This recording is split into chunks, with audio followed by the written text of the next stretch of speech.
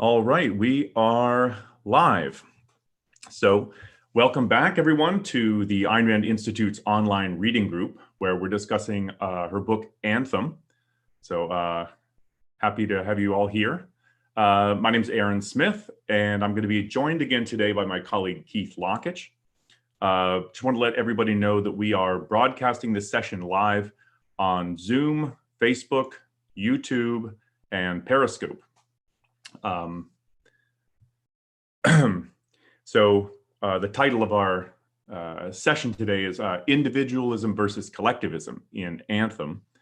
But if you're gonna, this is going to be partly a discussion, Q&A, and so if you want to ask questions, you need to do it through Zoom. So let me just share the Zoom URL. So you might be following on Facebook or YouTube, but you can't really ask questions there. We'll only see them if you post them in the Zoom Q&A module. So there's the link. And if you're also interested in, Ayn Rand and learning all about all things Ayn Rand, you can download the Ayn Rand University app. It unlocks a lot of content, a lot of free content that you can check out there. Let me go ahead and stop my screen share and we'll bring Keith into the picture here. Hey there, Keith. Hello. Hi, everybody.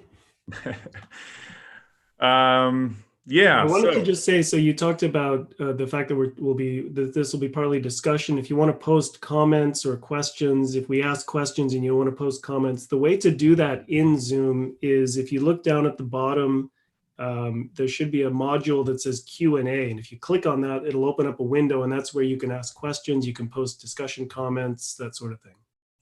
Yeah, and another reminder is that, so I'll do a very brief recap of last week, but part of what we did last week was we had no spoilers. We were assuming you didn't read the book, so there are no spoilers. But this week, we're assuming you've read the whole book. So for this week and subsequent questions, we're assuming you've read the book. So if you don't want spoilers and you missed the first one, you can go back to that same spot with the courses.aynrand.org webinars and so on, and you can catch the first session and read up and then catch these later. Did you want to add something? Yeah, we got some questions. We got some questions on the registration page. People are asking, will these be recorded? So if you're a teacher and you want to do it in a class time that's different from the time that we're broadcasting, yes, all these are recorded. They're on the Ayn Rand Institute YouTube channel. There's a special playlist there that you can find that will have all of these, and you can feel free to show those during class. The other thing is, if you are finding this content useful, partly we're doing this in preparation for students who are interested in participating in the Ayn Rand Institute essay contest on Anthem. We have one of the largest essay contests in the world, and cash prizes and that sort of thing. So if you're interested in participating, if you are a student and you have friends who might be interested in participating, if you're a teacher and you have other teachers that you think their classes might be interested, please share this as widely as possible. We're partly doing this because people are, stuck at home, social distancing and looking for online content. And we want to make this available as widely as possible. So please feel free to share and help us out in that way. Yeah, thanks, Keith. So let me give it just a brief recap of the last session, just for bring people up to speed. What we talked about in the last session was, we talked a little bit about who Ayn Rand is as a novelist and as a philosopher, and also about the context in which the book Anthem, the book Anthem was written. And Keith had mentioned that this is written in the time, in the 1930s. I have an older copy. Oh, man. It was written in the 1930s during a period in which, totalitarian governments are, heavily collectivist governments and so on are spreading throughout the world. You've got the Soviet Union in Russia, and you've got Nazi Germany, the rise of Nazi Germany and fascist Italy. And she's writing then on this theme of collectivism versus individualism in a way of highlighting what collectivism really is, what it really means in practice, and what it requires. And she thinks she thinks collectivism is horrible. So her perspective on it, of course, is very negative. So that's part of the theme that we're going to talk about, is getting into the issue of collectivism versus individualism. I'll say a little bit about what those things are in general, and then Keith's going to talk a bit about how this plays out in the novel in terms of its the social structure of the world, and then we'll get into some details and some questions, and address some of your questions. Okay, so oh yeah, and we made the point, Keith and I were chatting about this earlier, about the today's theme is collectivism versus individualism, and that Ayn Rand had said that that Anthem, the book Anthem, has the same theme as her book The Fountainhead, which was written several years later. And she put the theme of The Fountainhead as individualism versus collectivism, not in politics, but in man's soul. And so again, this is the theme of Anthem, but from a different way of presenting the issue than in The Fountainhead. But I'll say something just briefly about when she says it's collectivism versus individualism in man's soul. Just to clarify, Ayn Rand was an atheist, and so when it comes to this notion of a soul, she's talking about man's consciousness, your mind, yourself, and that she didn't mean anything mystical by that. Her view is that consciousness is a natural attribute of certain living organisms, and that's just something we have. So this is one of the things we're going to talk about today, is what does Ayn Rand mean when she talks about individualism versus collectivism in a man's soul? That's a key theme of the novel, not just in politics, but in man's soul. And what does that mean? That's one of the main points of discussion for today. Yeah. And the interesting thing too is when she wrote her first novel was We the Living. Everyone should go out and buy that and read it. Yeah, seriously. But her first novel was We the Living, and the focus there really was collectivism versus individualism, but from a political perspective. Like, what do governments do to people, and how it sort of destroys or shatters the best in people. And so that's more from a political angle. And when she moves toward The Fountainhead and Anthem, the theme starts to become more about what goes on in an individual's mind and how individuals function, rather than just about political structures. So I said we're talking about collectivism and individualism. These are abstractions. So let's say what these terms mean. Collectivism is the idea that the individual has no rights, that his life and work belong to the group, that his role in society is to serve the group, and that the group may use him or dispose of him in any way it wishes. So let me read a little quote here. This is coming from Leonard Peikoff's book, The Ominous Parallels. This is a quote from Adolf Hitler, talking about the moral philosophy of Nazism. This is a collectivist form of political organization. Here it is, quote, so think about this in the light of what I just said about what collectivism is. Quote, "It is thus necessary that the individual should finally come to realize that his own ego is of no importance in comparison with the existence of his nation, that the position of the individual ego is conditioned solely by the interests of the nation as a whole, that above all the unity of a nation's spirit and will are worth far more than the freedom of the spirit and of the will of the individual. This state of mind, which subordinates the interest of the ego to the conservation of the community, is really the first premise for every truly human culture. By this we understand only the individual's capacity to make sacrifices for the community, for his fellow men." So this, in essence, is a statement of the basic principle of collectivism, that it's about the individual has to sacrifice for the group, that the group is everything, the individual is nothing, and it has to be prepared to sacrifice for the group. That's in essence what collectivism is. And in different political systems, it's manifested more thoroughly or less thoroughly. But that's the principle behind collectivism. Individualism is the opposite idea. It's the idea that every individual is an independent, sovereign being with the right to his own life, which means that no man or no group so he has a right to his own life that no man or group can properly violate. So a proper society, on an individualist perspective, a proper society therefore has to recognize and respect every individual's rights. So if you can think, for example, of the American Declaration of Independence, which puts it that man possesses, quote, unalienable rights, that among these are life, liberty, and the pursuit of happiness, and that to secure these rights, governments are instituted among men.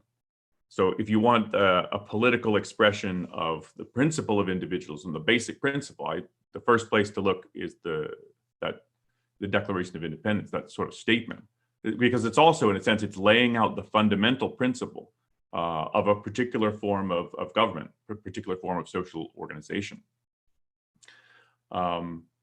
So those are the basic ideas. It's collectivism versus individualism. And we're going to talk a bit about how this is manifested or described or characterized in the novel. So Keith, you wanted to say some things about this. Yeah, so let's apply this to what we're looking at in Anthem. So what kind of a society does Ayn Rand depict in Anthem? So I think there's a few things that you can say that give us some insight into so we've said that the theme of the novel is individualism versus collectivism, not in politics, but in man's soul. But she does portray a collectivist world in the novel. So how does she portray that? And what are some of the features that we see in the novel? I think the first thing that's important to note is the world of Anthem is incredibly primitive. It's, and we see evidence of this in various places in the book, right? What is the tallest building in town? It's 3 whole stories high, this impressive structure.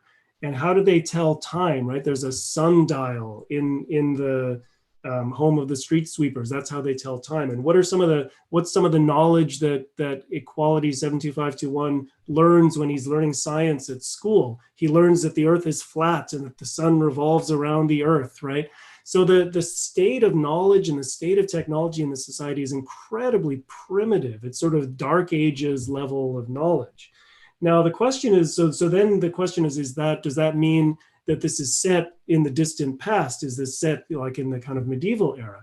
And we know that it's not, because we know that the novel is set in the distant future, and people talk about things from the past that show evidence that there are things from our world. So they talked about buildings that rose to the sky, the unmentionable times, or buildings that rose to the sky, and lights that lit without flame, right? So they're looking back into the distant past at a world with electricity and skyscrapers and this sort of thing. And the tunnel that he finds, from the unmentionable times, clearly this was some sort of subway tunnel or train tunnel or something like that, right?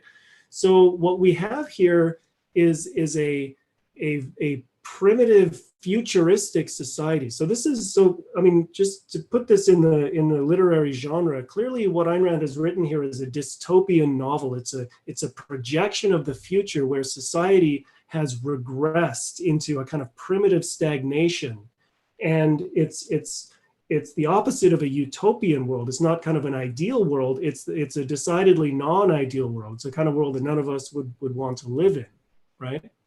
So I think that's the first thing to say. It's a collectivist society, and she's portraying a collectivist society in a extremely negative light. It's a primitive, stagnant, dystopian world. Now, I think the other thing to say about it is it's an incredibly regimented, controlled, totalitarian society, right? Every minute of everybody's life is planned and controlled and dictated. The bell rings and they get up and they go have breakfast. The bell rings and they have to go off to work, and they're told exactly what their work is going to be. There's no individual freedom, no individual choice. Every evening the bell rings and they have to go off to these mass meetings where they hear people talking about the glory of the collective. And Aaron earlier talked about how gave sort of real world examples, this quote from Hitler expressing the basic principle of collectivism. And of course, as we talked about last week, Ayn Rand grew up in Russia, and she saw the communist revolution. She saw the takeover of Russia by the communists. And she was immersed in exactly these kinds of ideas, these collectivist ideas.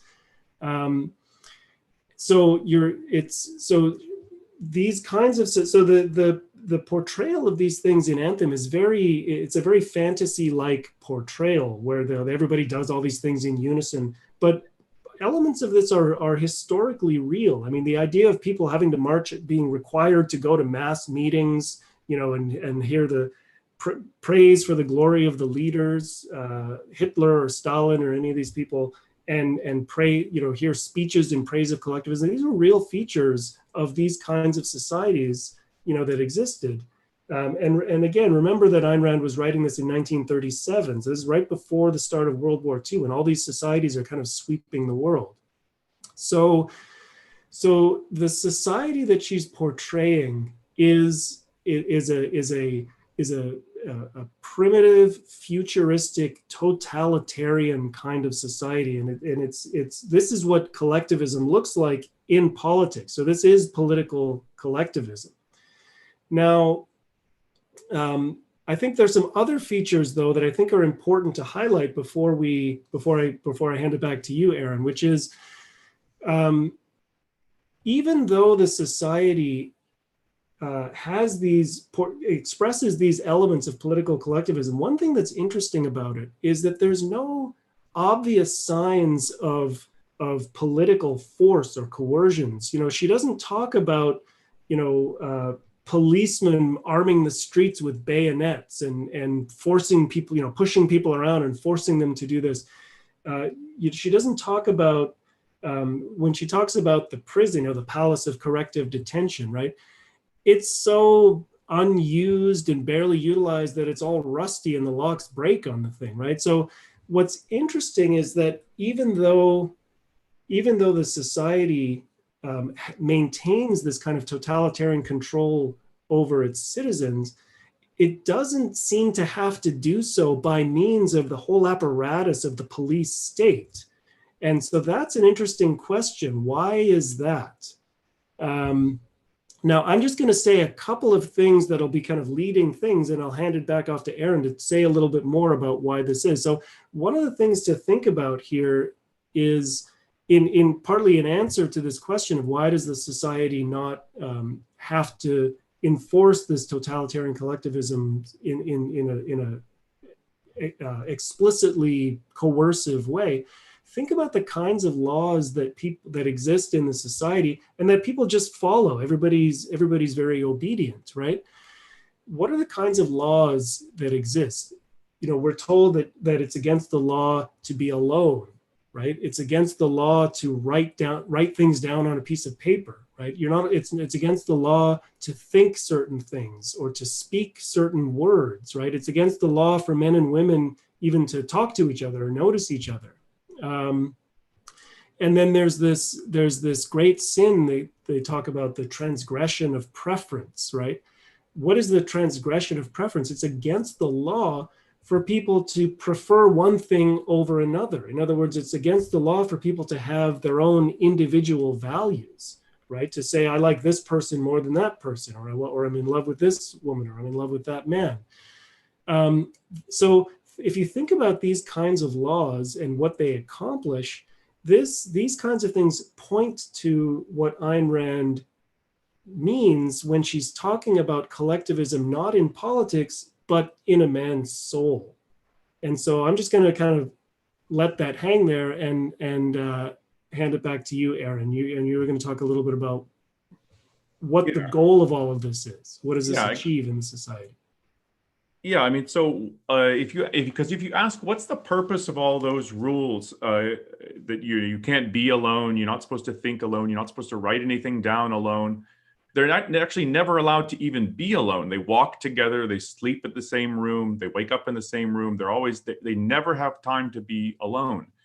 And in essence, it's an attempt if you want people to be obedient servants of the collective, if you want them to obey, what you have to do is kill their capacity for individual thought, kill their capacity to value for themselves, right? It's a transgression of preference, right? Don't have preferences. I prefer this to that. I like this person, not that person, and so on. Those are all expressions of the self. It's you personally valuing something over something else, but that is an expression of the self. It comes from the self. It's an expression of the self. Same thing with thinking. So the mind, your capacity to think, that's an attribute of the individual. So there is no collective mind, collective brain coming to conclusions that we're supposed to. There is no such thing. The mind is an attribute of the individual. It's yours. It's a self-possession, and it's the expression of the self. Whether it's in your thinking, your conclusions, your judgments, your values, your preferences, the decisions that you make. These come from the individual, and what they're trying to do is crush that capacity by making it such that they're never really allowed to be alone. They just have to follow orders, and in that sense, even if they had independent thoughts, they can't act on them. They can't do anything, and it sort of negates or makes what's the word, unusable in effect. Any kind of independent thinking or valuing that you actually have. Now, the story does recognize that there are some people who are more independent in this society, but they really suffer. And in some cases, they go insane. In some cases, they scream out in the night without realizing. So Aaron, just if I could just jump in there. So yeah. Scarlett in the Q&A chat is asking, is there fear in Anthem? Are they obeying out of fear? And so there's a passage in the book where he says at some point he's been doing some experiments in the tunnel, and he comes back and he must look happier, like in a better state of mind, because he's been doing his own thinking, his own work for his own goals. And he said the people in this, I don't know, maybe it's the Home with Street Sweepers, I don't remember exactly, but they're looking down on him, because he looks happy, and he's I think maybe he's singing out loud or something. And they said he said something that he's happy, and the council person says, "Of course you're happy. How else can you be if you live for your brothers?" And he starts thinking about this, and he says, "Well, yeah, it's a duty to be happy. But if you look around me, if I look around myself, the people, everybody looks, their eyes are dull, their shoulders are slumped, they just seem broken and defeated." And he says that fear you can sense the fear, a shapeless fear, it's everywhere. And that's when he makes that point, is that some people just cry without reason. They just out of nowhere. It's because they're killing and suppressing their person, their self, and and anybody who has a view like they disagree with this, or they think it's wrong, or they don't want to live like this, they don't speak out because they're afraid, because they don't know that if anybody else thinks the same as they do, or if they're the only ones who speak out, they're going to get punished. And so there's this atmosphere of fear that's pervasive. But it's not so much, I think, fear that the cops are going to come, so to speak. It's more, it has become in this society a fear of any expression of independent thought or valuing, because it is punished. And it's important too that the prohibitions against thinking and acting alone and so on, they're not just political, they're not just legal prohibitions, they're moral prohibitions. So it's immoral, it's evil to think and act alone. And I think as Equality puts the point, he says, there is no transgression blacker than to do or think alone. And that's the central sin. And once you can have political provisions that make all sorts of stuff in a society illegal. But if you leave people free, in effect, to think and form their own views and judgments, they could say, yeah, I think that's all terrible. These things shouldn't be illegal. I have a totally different view of my life. And you leave people, in effect, internally free. But once you marshal morality and you try to make it such that people accept that it's actually wrong, it's evil to think and act alone, you turn morality, so to speak, against them. And then they'll feel guilty for doing it. And then you've sort of got them. And we see examples of that throughout the story. There are lots of times when Equality 72521 is talking about, I'm sitting here writing, I shouldn't be doing this. And you can see that he's had this fear and this guilt inculcated in him from the youngest age. And he's in one sense, he's accepted the ideas preached in his society that the collective is all that matters, that individuals are not even, don't even exist really. They don't even have the word I anymore. So he's in one sense, he's accepted this, but at the same time, he senses that there's something wrong with this idea, and he feels guilty over thinking that they're overdoing these transgressions. He feels guilty over them, but he's trying to kind of figure his way out of these things. Yeah, and he struggles with this throughout the novel. I mean, the first sentence is, "It is a sin to write this," and so he has kind of competing things going on in his head. On the one hand, he recognizes what he's supposed to think is that what he's doing is wrong, it's improper, and he should feel guilty for it. And as the book progresses, he feels less and less guilty for it, and starts to understand that there's something actually good about what he's doing, and it's not bad. But back to the issue about the ways in which the society and Anthem affects people's minds. They said in a story, it comes out that it's whispered that once or twice in 100 years, someone escapes into the uncharted forest and never returns. But the council says that this is only a legend. And it's interesting that they have to even hide the idea that some people escape because, I think for pretty clear reasons. If this notion is, some people escape, maybe I could escape. So some people actually disobey the laws and take off. And then that just raises a question of maybe that's something I could do. But they say, no, this is just a legend. This stuff never happens. Then the more and more you think that there is no way to escape, and it's just not possible. And the collectivism even goes to the level of what the truth is. So on page 19, it says, "And these words are the truth, for they are written on the palace of the World Council, and the World Council is the body of truth." So it's even to the point where what determines what is true is the collective decision or the collective will of the council and so on. So it's not that truth is independent and the council can, or the society can get it wrong and you can get it right. It's that the truth is determined by the collective. And this is what they're told. So part of it is the truth is determined by the collective. All the good that exists in the world comes from the collective, that the individual is nothing. And that the laws are primarily targeted at ruling individuals by killing their internal motor, their thinking and their valuing. And to do that, many of these laws are meant to shut that down and make your thinking and independent action inapplicable. You can't act on it. So we're getting lots of discussion and lots of questions in the chat here. So are we almost ready to move on to that, Aaron, would you say? Yeah, I want to. Yeah, well, go ahead. Well, this is a reading group. Let's talk. Yeah. So there's a question from Isha asking. I hope I'm pronouncing your name correctly. Welcome back, Isha. Yeah, is the tunnel an example of freedom and individualism, since this is where equality finds an escape from the collective society? I wouldn't say that the tunnel is an example of individualism.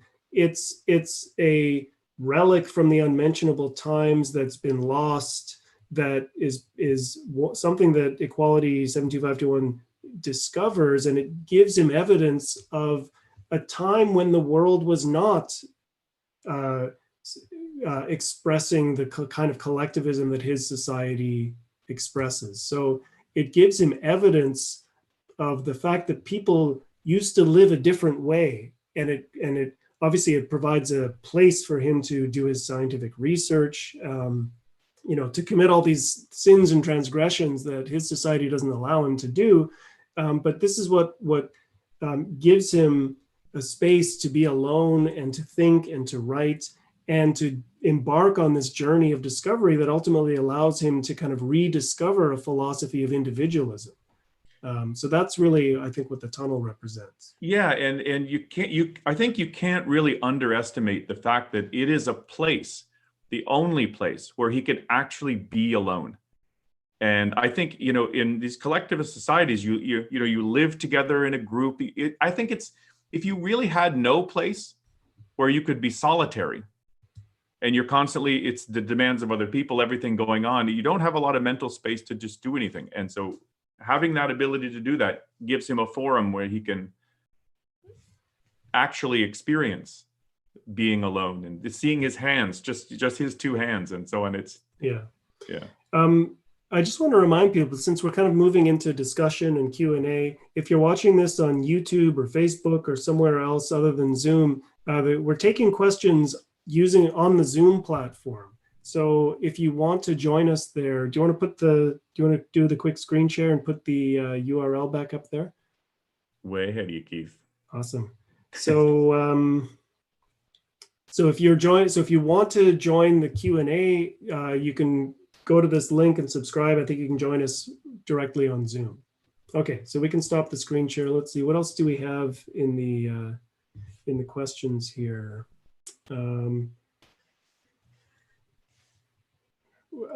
Mark is asking, how do individualism, collectivism, these principles apply to today in the situation that we're facing with the coronavirus? I'm gonna sort of punt on that question, because in a couple of sessions, there's going to be a discussion, in two weeks from now, there's going to be a discussion about how the principles of Anthem apply to the world today. And so we can take up those kinds of questions then, but also we have other, the Ayn Rand Institute has done a series of web sessions that devoted specifically to talking about how does Ayn Rand's philosophy and the kinds of principles that she espouses, how do those help us to think about the current situation? So if you go to the Ayn Rand Institute YouTube channel, that you can watch hours of content addressing exactly those kinds of questions. So let's not take that up here. Let's try to keep this focused on Anthem. So let's see, what else do we want to talk about here? Want to take a few questions from the Insta page, some of the ones people have sent in advance? Yeah, actually, one brief question somebody was asking about the essay contest. There was a question about who reads and judges the essays for the contest. I think it's the World Council. The World Council, yeah. No, so, but I think it's important to say, I don't want to spend a lot of time on this, but we have, so all of the essays, there's a very rigorous anonymous process for grading the essays. So the essays come in, and then all the identifying information is stripped from them, and we have just the essays. And we have a series of external graders who are people who are knowledgeable about Ayn Rand's philosophy, and they're knowledgeable about what to look for in good writing. And the essays are graded. Most of the essays are graded multiple times, so there's independent check on the grading, but it's all done anonymously, and we don't even know who the winner is until the final thing comes down, and we can well, it's kind of funny thinking about Anthem, because all the essays are given a number. We don't call it equality 72521, but the essays are, the only identifying mark is a number, so that we can identify it with the winners at the end. So the short answer is there's a series of people who are knowledgeable about Ayn Rand's philosophy, knowledgeable about writing, and there's dozens of people who do this for us, and we go through a very rigorous process to make sure that it's done as objectively as possible. Let me answer just a couple of brief things, as this gets answered anytime you discuss the book Anthem. So Anna on Zoom, and then someone else sent in another question related to this on the Insta page. Do the numbers of the names, for example, democracy 4-6998, have a meaning?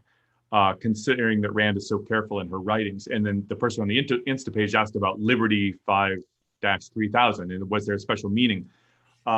It's not that there's a special meaning so much. She said, how did she come up with the names? She came up with the names basically on the model of what telephone numbers used to be like. You'd call into Maple Street, so to speak, you call into something dash something and a number. And so she modeled it on that. Well, there's that song, Pennsylvania 63000 or whatever. Right? Dating yourself. I wasn't around when that song came out, but really, yeah. So, and then you'd actually you'd have some abstraction, some kind of watchword like democracy, liberty, equality, and so on that were commonly used to get kind of propaganda and so on, slogans and so on in collectivist Well, but I think what she said about this was these were meant to be ironic. Well, equality is ironic. And liberty, yeah. So this individual who's clearly not equal to anybody else, he's the hero of the novel, and he's obviously got a genius level intelligence, and he's called equality, and the most liberty, unequal. Yeah. Liberty, she's a character in a society where people are enslaved in this totalitarian collectivist society, and her kind of name is Liberty. So I think they're meant to be partly ironic and partly kind of collectivist slogans. Yeah. We got a really good question here from Katharina on Zoom. That's a good question. Is the strong will to pursue one's own goals inherent in human nature? Can it be enhanced somehow? Can a collectivist society really kill it off? I mean, to some extent, a living organism has, we have a pleasure-pain mechanism, right? And some things are inherently, they bring us some sort of enjoyment or satisfaction, and some things are hurtful. And so there is nature has oriented you given you a basic principle for an orientation toward the pro-life or the anti-life in you. But I wouldn't say that it's inherent to pursue your own goals. Many people do, in fact, adopt. People who have accepted. This is what destroys the society. Destroys the previous society that's led to the society in Anthem. Is that people have come to accept the idea that it's immoral to pursue your own goals. And that they start to live by that. But it's a good point when you say, or a good question, can a collectivist society really kill it off? I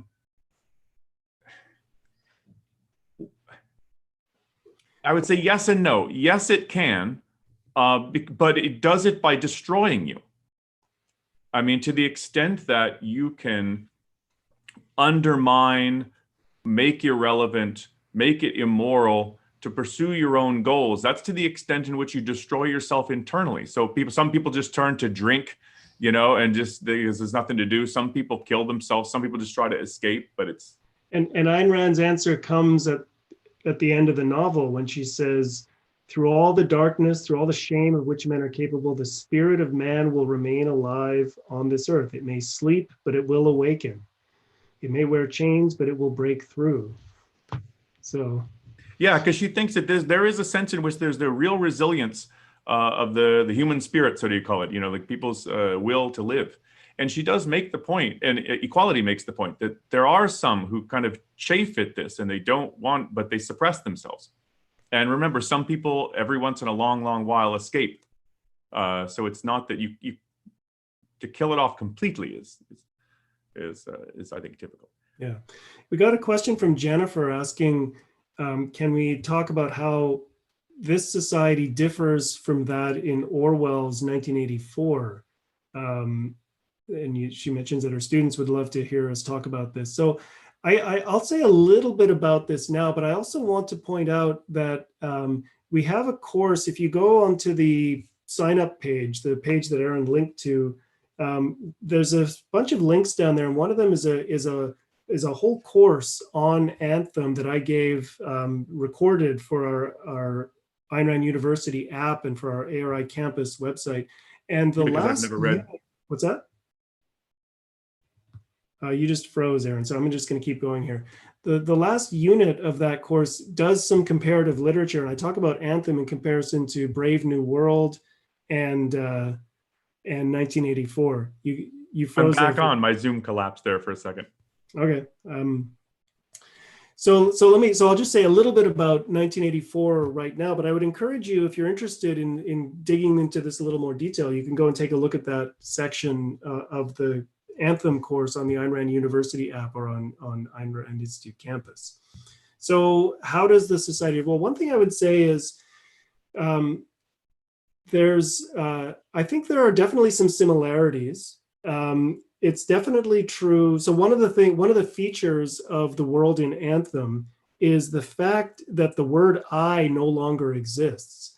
And part of the idea here is that if people can no longer think of themselves as a single individual, if they can only think of themselves as we, as a member of a collective, then that's one of the ways in which it makes it impossible for them even to think about having individual values and individual thoughts and individual freedom. And so there's a way in which what Ayn Rand is featuring here is that the use of language can be a tool for controlling people. And that's definitely a feature that you see in Orwell's 1984. There's this whole ministries devoted to warping the language in a way as to control the way people think. I had a thought that just escaped me, but another thing that I would say, another kind of point of similarity. Oh, I remember what I was going to say. Yeah. So there is some evidence. So 1984 came out in 1948 and Anthem was written in 1937. There is some evidence that it's possible that Orwell was aware of Anthem and Ayn Rand's novel, The Fountainhead. And there's a couple of lines or passages that just make it seem suggestive that there might have been some influence there on Orwell in writing 1984. And one of the things, so another point of similarity, I think, is we talked about the fact that Anthem is this futuristic primitive dystopia where everything has collapsed.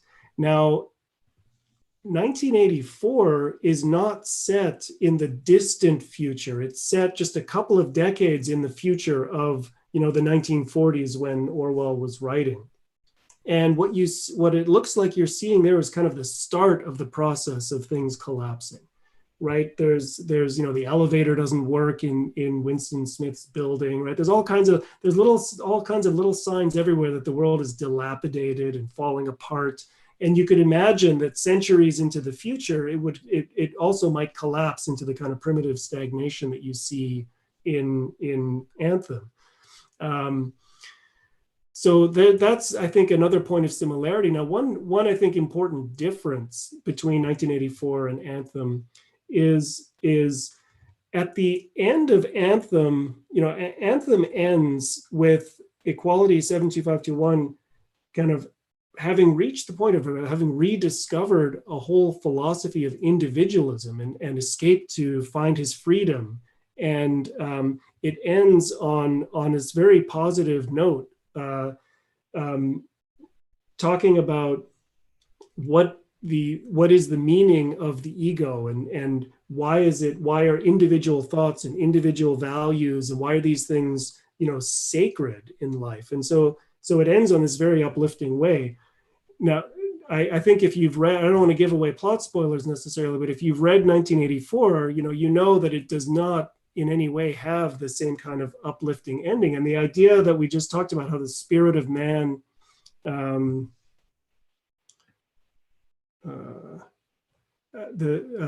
let's see, Jeff, I think we're seeing you logged onto this webinar here. Maybe you could log out. Thank you. Okay.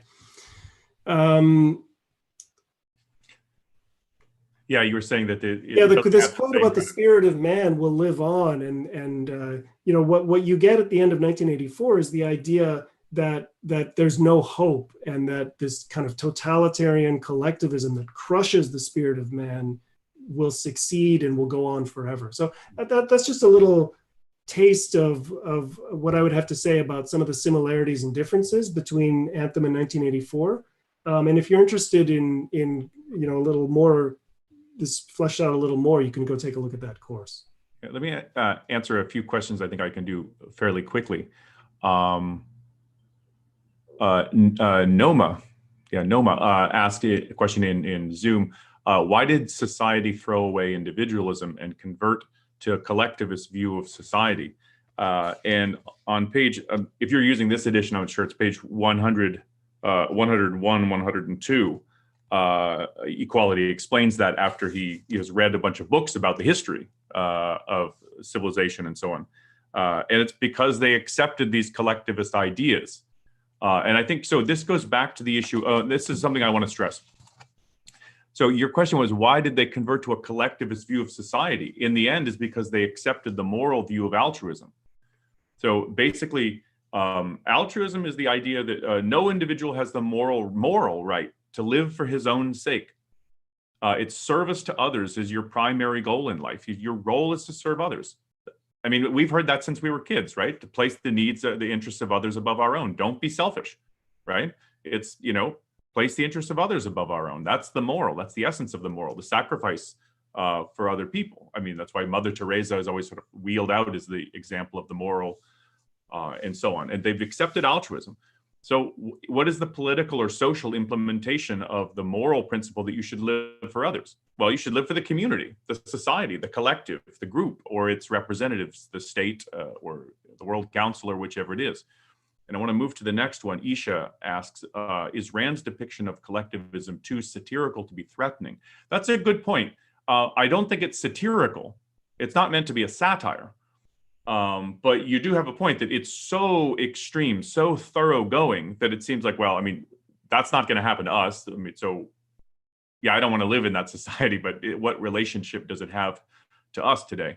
And the issue is what she's doing there is she's saying, those principles that we hear all the time in our own lives, in our own culture, that, it's the common good, service to the common good. That's always wheeled out as a motivation for all sorts of political action, that you should live for others.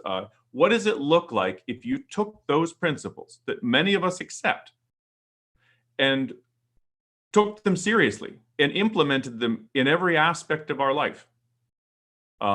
And this is exactly what it would look like. So this is the logical end of the road, so to speak, of those principles when practiced consistently. That's what I would do that. Okay. So we have a question from Amanda. Does equality show the glass box to the scholars because he believes it will allow society to prosper? And then and she has in parentheses collectivist motivation, or because he thinks the scholars will let him join their group once they see his discovery, and puts that as an individual motivation, or is it a little bit of both?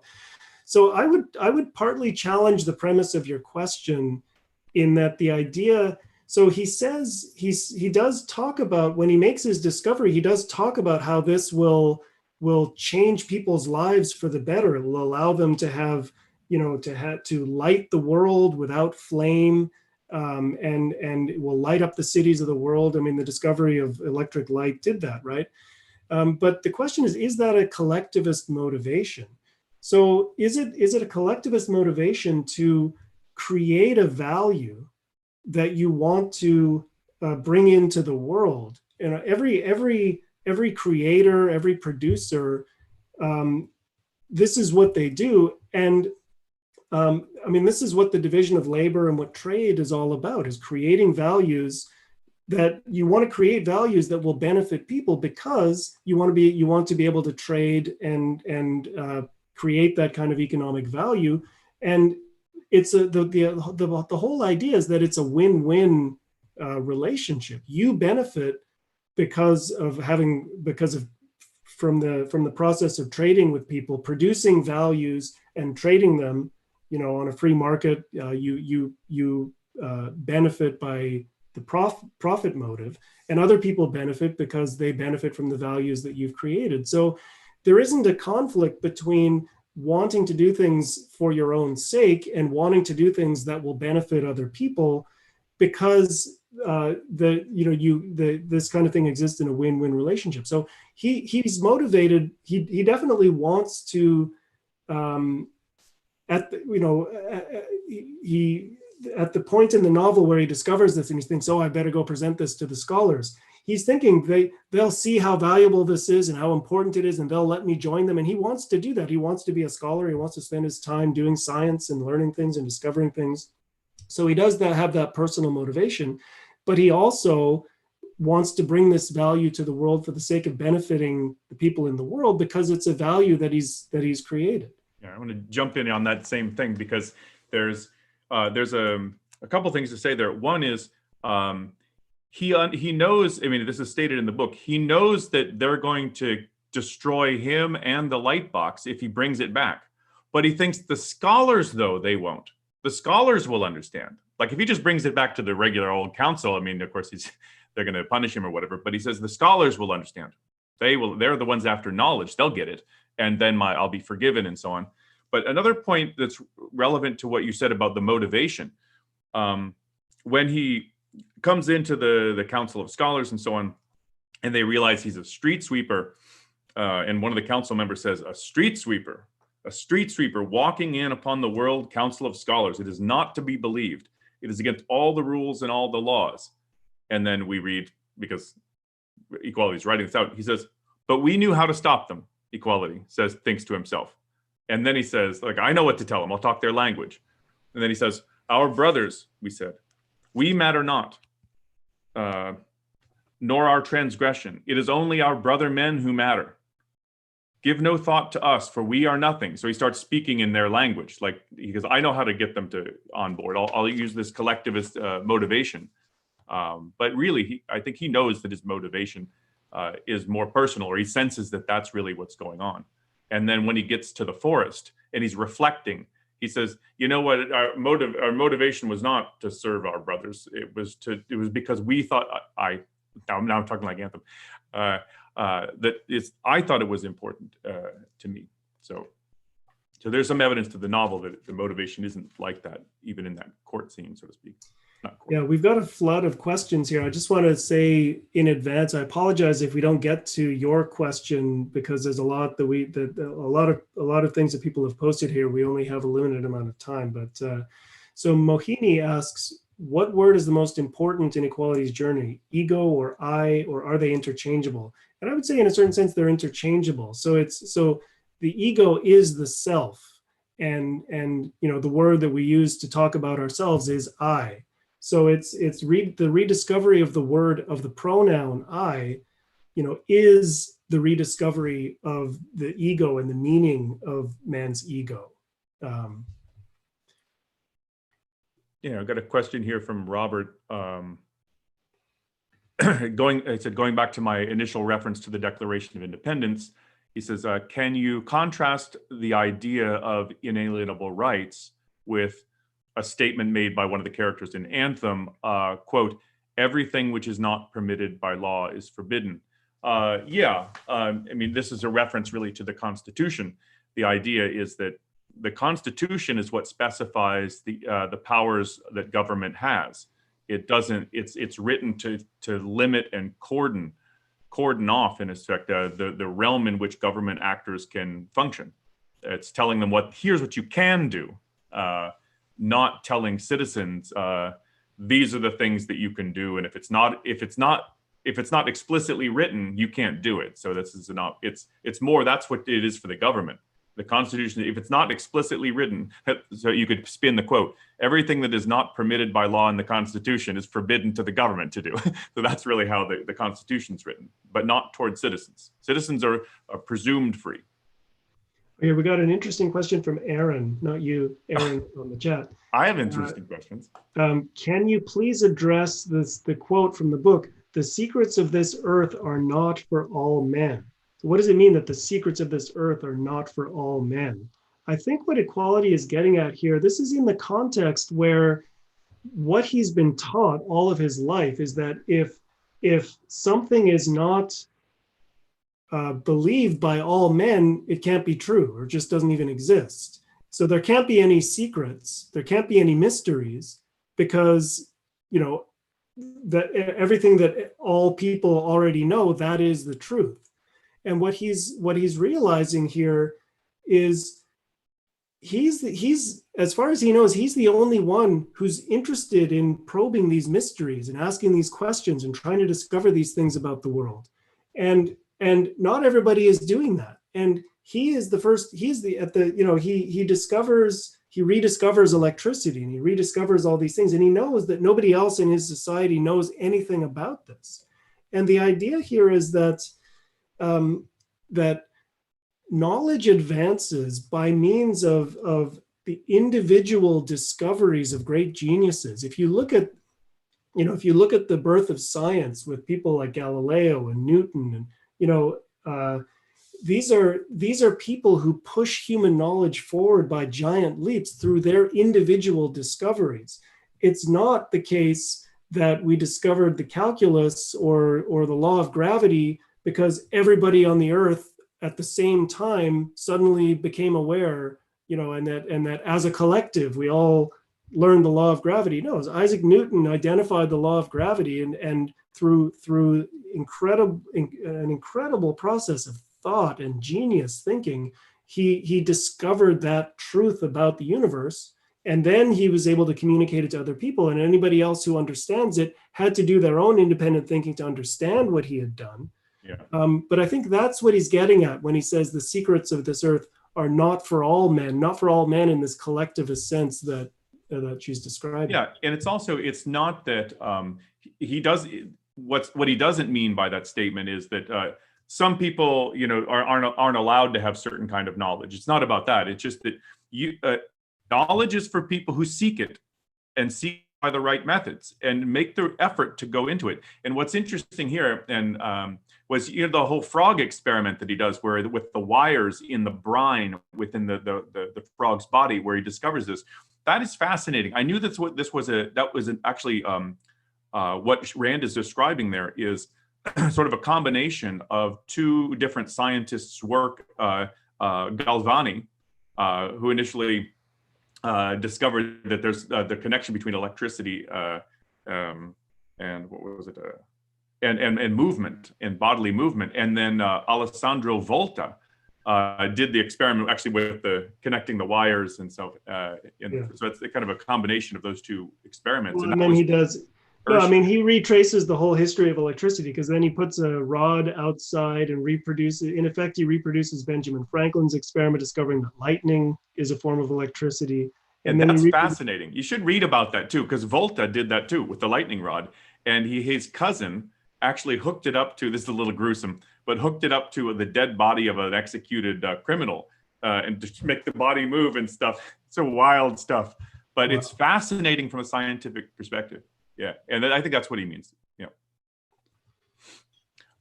Okay, we have just about, we only have about 2 minutes here. Is there one question that we can take up quickly? Yes, and I'm going to give it to Isha again, because the question is a good one. If Ayn Rand's version of egoism is the same as selfishness, does that make equality a selfish character? Yes, in Ayn Rand's sense, equality is everything that he does that advances his understanding, his knowledge, his independence, and then eventually his freedom and his happiness is an expression of selfishness in the sense in which Ayn Rand means it. It's coming from it's focused on his own individual life and his own individual goals and what his life and happiness requires.